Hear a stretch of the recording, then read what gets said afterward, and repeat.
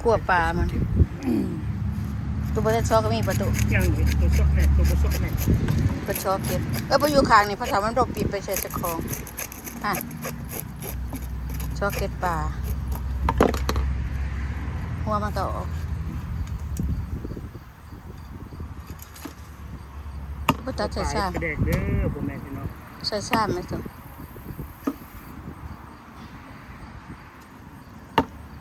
เดี๋ยวปลาในขุเลย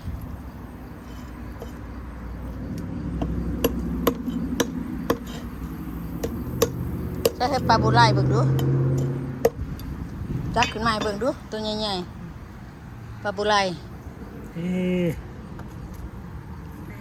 ก็บ่ใหญ่ปานใดดอกพ่อแม่พี่น้องซื้อมาเฮ็ดปลาแดกบ่ได้เฮ็ด ปลาใบแบดตัวนี้ชอเก็ตเรียบร้อยปะทะบอไปปิ้งกินเนี่ยนะ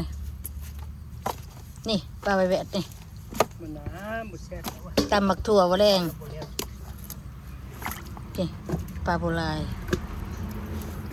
ปลาใบแบด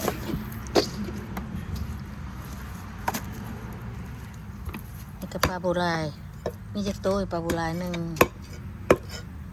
3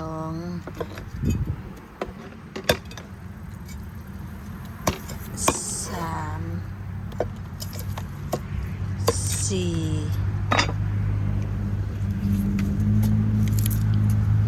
5ตัวแล้วจะเห็ดเนาะเห็นปะปลาโบราณเป็น5ตัว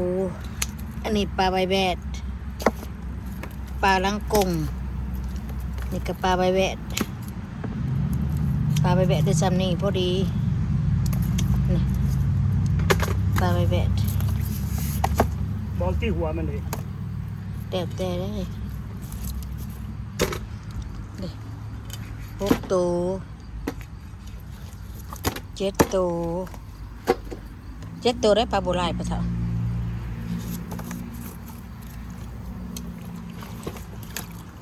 8 ตัว8 ตัวได้เถอะ เดี๋ยวน่าจะมาก้มใส่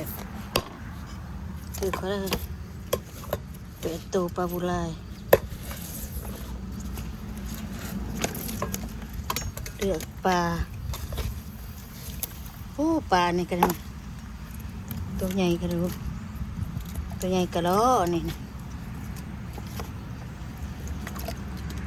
9 ตัวปลาโบราณ9 ตัวหาดูกัน9 ตัวอันนี้ปลายังก็ปลาเชื้อปลายังก็ อะไรกุ้ง ปลาอันบาดเน่านะปลาชะอย่างก็ปลากวาง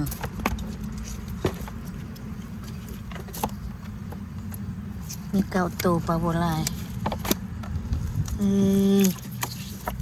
9 ตัว10 ตัวได้10 ตัวเลยเดี๋ยวสัก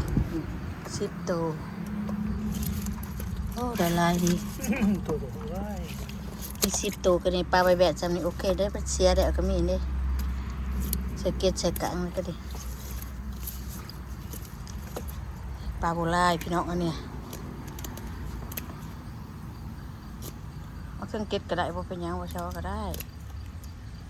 เพราะว่าอันปลาดิมันอย่างเก็ดปลาแดกปลาดำก็ได้หลายตัวอยู่หัวมันมีกลางลายบ่ เบาแล้ว เดี๋ยวแต่คนหนาว่าขีนว่าแฉะบ่เคยมุกนะ ไม่ได้เตรียมอย่างมาพร้อมเด้ เอาใส่กระขางหัวมันได้เลย กินมกก็ต้องเอาถ้วยเทียบมาใส่ แล้วปงใส่ขางซ้ำมันเด้บนหัวปลานั่น เท้าให้ชิมก เข้าเฮ็ดได้นี่ ห้องเรียน โอ้ยร้องเพลง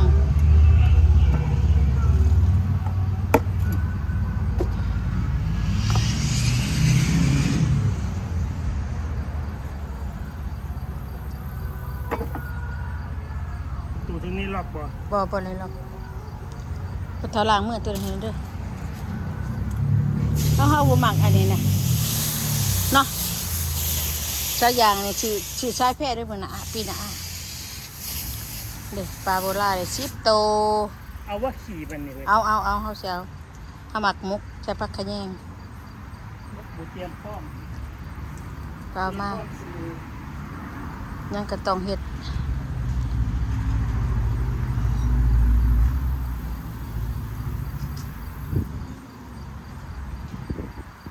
น้องนุ่งเอามาให้ก็พอได้กินพี่น้องเด้อ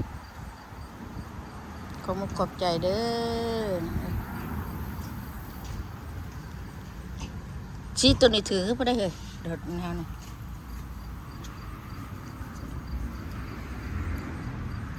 เอาตั้งใช้ไว้แมงวันเด้อดังทองมันก็เอาแล้วไปหมกเพราะอะไรมันนั่นเด้ ถึงมุกเป็นบ่เป็นปลาเน่าปลาดนละมันบ่แซ่บคือตัวสดได้เหรอ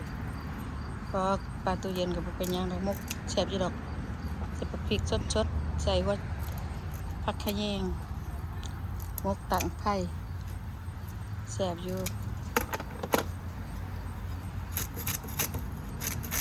ตัวนี้คั่วปลาโบราณตัวใหญ่ๆนะพี่น้อง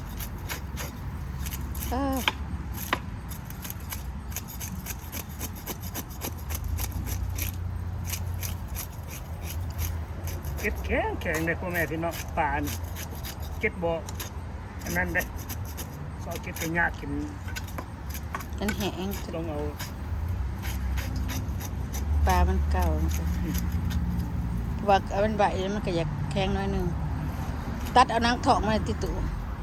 ใส่มุกนะเดี๋ยวเขาจะหาแนวมาให้เจ้าอันนั่นอยู่เอายังมาใส่ไว้นี่โอ้จะหมดโอ้ขอโทษพี่น้องเลย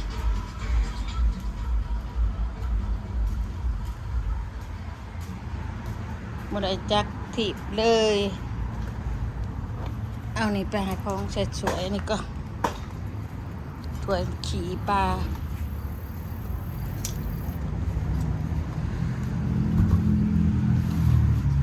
ตุขี่ปลาสวยมกคิดอยากมก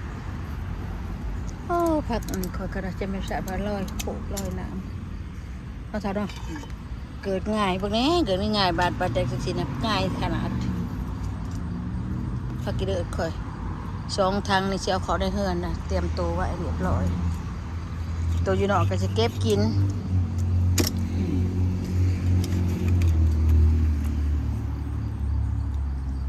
ตัวนี้นะครัวนั่งถอกมันเอาใส่สิเถอะ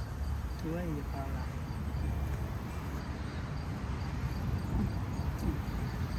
ขีมันลงเบิดซะก่อนจะเป็นกินบ่เป็นกินได้มันเน่า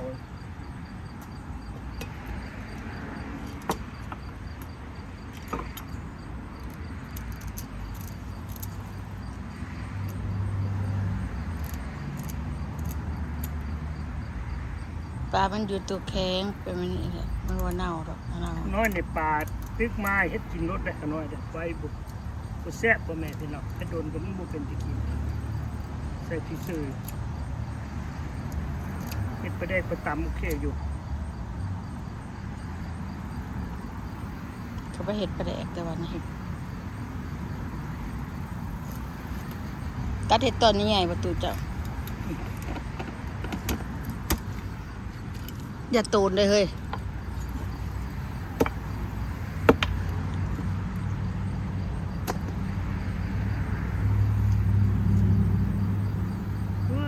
อยู่โฮมเด้อพี่น้องเด้อ จะเป็นเอาเนาะ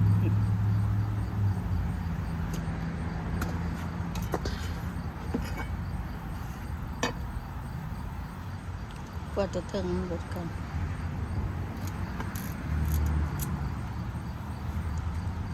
วันนี้ไม่มีหยังมันจะคั่วปลาดุกเดียว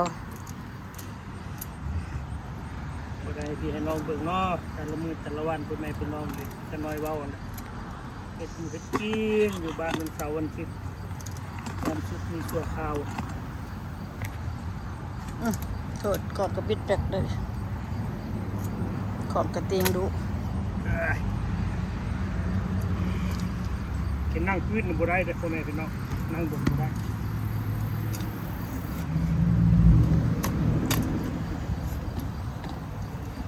รถกำลังบึนบันอยู่พี่น้องเมื่อเดินอยู่โฮมพี่น้องมันบ่ได้แม่นแดดอันบ่แม่นทันได้ช่วยดังอยากดำๆหน่อยหนึ่งก็อดชาเบิ่งเด้อพี่น้องเด้อบ่ได้ตากแดด บ่ได้ตากแดดตากง่าย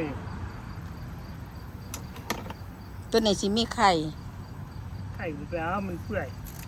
เอาโลดตัวเอาสิเบิ่งเองฮะเอาโลดมันนั่นเด้อจ้ะเพราะปลามันอยู่ตุกแข็งดนก็เป็นธรรมดา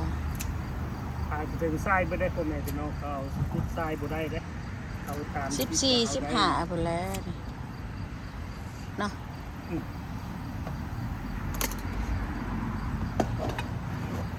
ตั้งบัดนี้บ่